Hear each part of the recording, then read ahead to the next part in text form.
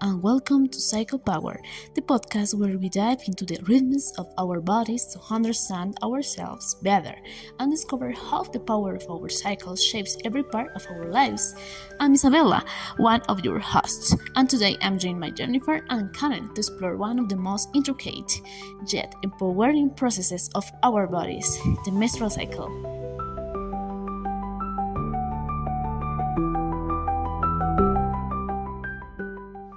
I'm very excited to introduce this episode together, Yenifer and Isabela.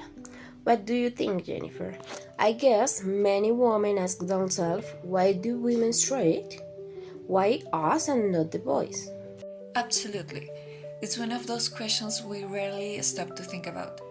Menstruation is such an essential part of our bodies, but we don't often reflect on how the whole process works. In this episode, we'll explore how the menstrual cycle functions, the roles of the main hormones, and how the external factors, like stress, can affect it. I also share a personal experience about some challenges I faced with my cycle and what I've learned from them. So, if you're looking to better understand your body or find ways to live in sync with your cycle, this episode is for you. Let's start with the basics. The menstrual cycle isn't just about your period. It's a process that prepares the body for a potential pregnancy. While the average cycle lasts 28 days, it's completely normal for it to range between 24 and 32 days. It can vary even the same person depending on different factors such as the stage of life or the state of health. Remember that the cycle is not only menstruation, it has three other phases, and in all of them, there are interesting changes happening in our daily lives. These changes can be noticed in our moods, cravings, etc. Here we go. The cycle begins with menstruation, then the follicular phase occurs. I'm sure many of you have heard of ovulation, and finally the luteal phase. Yenifer, go ahead. Thanks, Isabela. That's right. It all begins with menstruation. This is when the body sheds the uterine lining that was in use. To put it simple, the endometrium breaks down, which causes bleeding. Exactly. In short, that is it. But behind this process, the hormones are involved, specifically the estrogen, progesterone, follicle stimulating hormone, FSH, and luteinizing hormone. During this phase, estrogen and progesterone levels are at their lowest.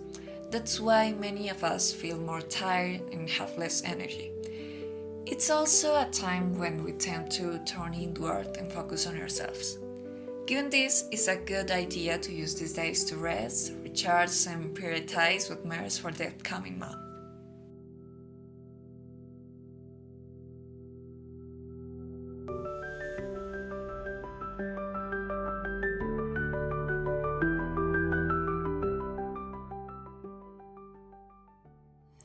Once menstruation ends, we are still in the final phase of the follicular stage. Here, estrogen levels begin to rise, which helps the uterine lining start to regenerate and the body prepares for ovulation. During this phase, many people notice an increase in their energy and ability to concentrate. The other hormone that plays an important role is follicle stimulating hormone. As its name indicates, it promotes the development of calf follicles, which contains an egg. The follicles also contain estrogen. Estrogen boosts creativity and makes us more inclined towards social activities. It's a great phase for brainstorming new ideas or tackling tasks that require strategic thinking. Plus, it's a perfect time for exercise as our bodies respond really well to physical activity during this stage.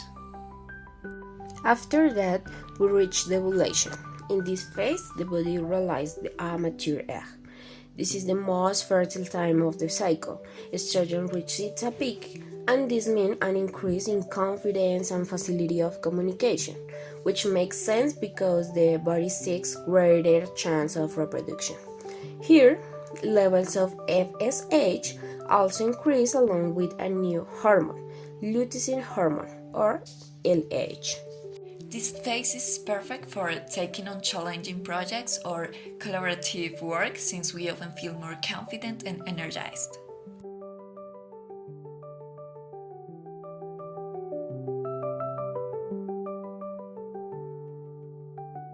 After ovulation, we move into the luteal phase. Here, progesterone becomes the main hormone. Its function is to stabilize the uterine lining in case of pregnancy. During this phase, energy levels may decrease, and it's common to prefer more introspective activities or those related to analysis and planning. Toward the end of this phase, if there's no pregnancy, both estrogen and progesterone levels drop. This hormonal shift can lead to symptoms like mood swings or food cravings. It's important to be patient with ourselves and prioritize self-care during this time.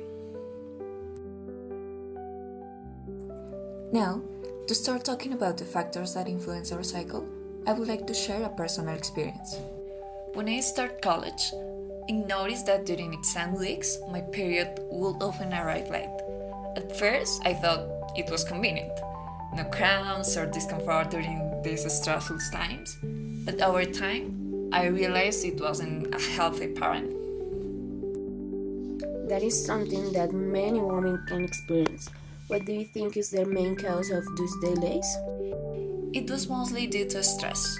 When we are stressed, our bodies produce cortisol, which can throw off the balance between estrogen and progesterone, delaying ovulation or even stopping them entirely. That is something important to understand.